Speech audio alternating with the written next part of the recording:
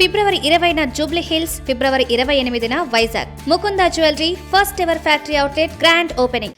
Bharat EU trade deal mother of all deals అని కూడా పిలువబడే భారత్ EU వాణిజ్య ఒప్పందం US సుంకాల తగ్గింపుకు ప్రాథమిక కారణమని ఆర్థికవేత్తలు అంటున్నారు. ఈ ఒప్పందం 2 బిలియన్ల ప్రజల మార్కెట్ను సృష్టించిందని, ఇది ప్రపంచంలోని ఏ ఇతర ప్రధాన ఒప్పందం కంటే పెద్దదని నిపుణులు భావిస్తున్నారు.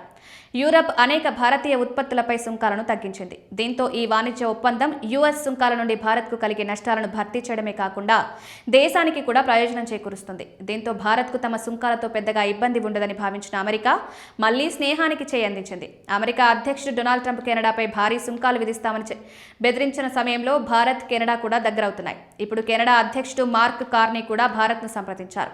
ఇటీవల కార్నీ మార్చిలో భారత్ సందర్శించవచ్చని, నవంబర్ 2025 నుండి నిలిచిపోయిన వాణిజ్య ఒప్పందంపై చర్చలు తిరిగి ప్రారంభించే అవకాశం ఉందని నివేదికలొచ్చాయి. ముఖ్యంగా కార్నీ పర్యటన సందర్భంగా కెనడా భారత్తో 25,000 కోట్ల విలువైన యురేనియం ఒప్పందంపై సంతకం చేయొచ్చు. మరోవైపు భారత్ అనేక దక్షిణ అమెరికా దేశాలతో వాణిజ్య ఒప్పందాలపై చర్చలు ప్రారంభించింది.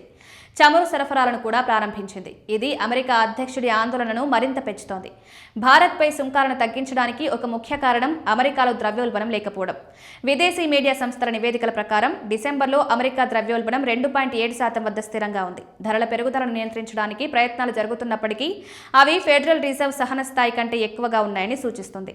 నవంబర్ నుండి వార్షిక వినియోగదారుల ధరల సూచిక సంఖ్య మారలేదు. అస్థిర ఆహారం, ఇంధన ధరలను మినహాయించి ప్రధాన ద్రవ్యోల్బణం 2.6%గా ఉంది. ఇది అంచనా వేసిన 2.7% కంటే కొంచెం తక్కువగా ఉంది.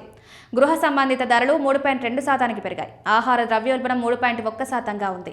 సహన స్థాయిలను మించిన ద్రవ్యోల్బణం యునైటెడ్ స్టేట్స్లో వడ్డీ రేట్లను తగ్గించడం కష్టతరం చేసింది. Federal Reserve chief Jerome Powell ఇటీవల ఒక పాలసీ సమావేశం తర్వాత రేట్ కోతలపై పాజ్ బటన్ను నొక్కి ప్రస్తుత ద్రవ్యోల్బణం కారణంగా సాధారణ ప్రజలు రేటు కోత కోసం చాలా కాలం వేచి ఉండాల్సి రావచ్చని సూచించారు.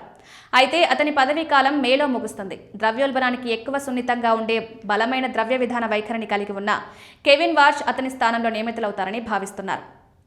ద్రవ్యోల్బణం తగ్గకపోతే ట్రంప్ తిరిగి అధికారంలోకి వచ్చినప్పటి నుంచి అనుసరిస్తున్న రేటు కోత కల చెదిరిపోవచ్చు. మరోవైపు అమెరికా వెనిజులా ముడి చమురును తన ఆధీనంలోకి తీసుకున్నప్పటి నుంచి దాన్ని విక్రయించాల్సిన బాధ్యత కూడా పెరిగింది. ఈ చమురు ద్వారా వచ్చే ఆదాయాన్ని వెనిజులా, అమెరికన్ ప్రజల సంక్షేమం, వృద్ధికి ఉపయోగిస్తామని ట్రంప్ హామీ ఇచ్చారు. కానీ అతిపెద్ద ప్రశ్న ఏంటంటే దాన్ని ఎవరు కొనుగోలు చేస్తారు? అందువల్ల ట్రంప్ దాన్ని భారతదేశానికి విక్రయించడానికి ముందుకొచ్చారు. ట్రంప్ ఇటీవల దీని గురించి సూచించాడు. ఈ అంశంపై రెండు దేశాల మధ్య ఏకాభిప్రాయం ఏర్పడుతున్నట్లు కనిపిస్తోంది.